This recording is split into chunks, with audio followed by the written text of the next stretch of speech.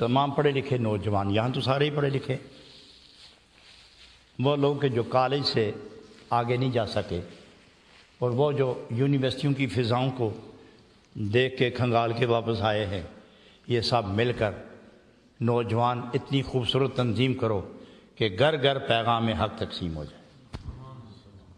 مجلسیں لگاؤ، علم کی جو گتھیاں ہیں کھولو، مگر صوفیانہ طرز پر، صوفیانہ طرز پر۔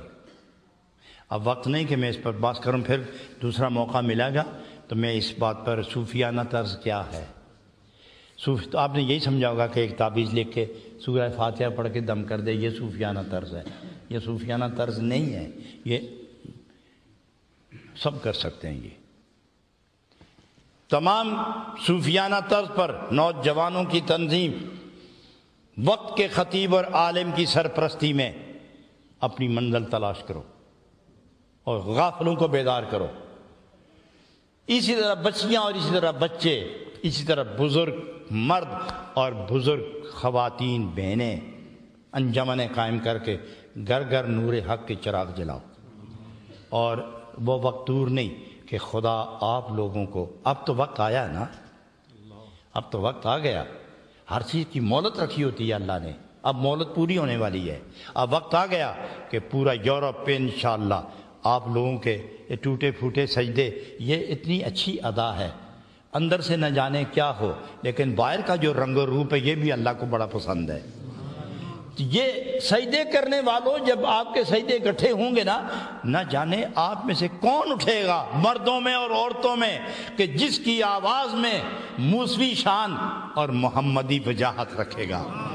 صدیق کی صداقت رکھے گا، فاروق کی عظمت رکھے گا، حیدر کرار کی تقوی کی لذت رکھے گا، اور حیائے عثمان کا نور کا اجالا رکھے گا۔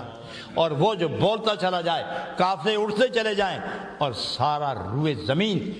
روئے زمین پر ایک ہی نام باقی رہ جائے، لا الہ الا اللہ، لا الہ الا اللہ محمد الرسول اللہ صلی اللہ علیہ وسلم۔ اس کے لیے اپنے ذہن تیار کرو، دل تیار کرو، اور اپنی اولادوں کو پھیرو اس طرح کہ موت کسی کا بچہ جاہل بھی رہ جائے تو بھوکھاری مرے گا نہ آپ بھوکے مریں گے۔ میں کہتا ہوں اگر نہیں گیا یونیورسٹی بے شک نہ جائے، وہ کام کرے، کالج سے نکل کر کام کرے، بقیہ وقت دین پڑھے، تہجد پڑھے، نیکیاں اختیار کرے، اس نیت سے کہ مجھے اس سے آگے جا کر کملی والے کے دین کا جھنڈا اٹھانا ہے۔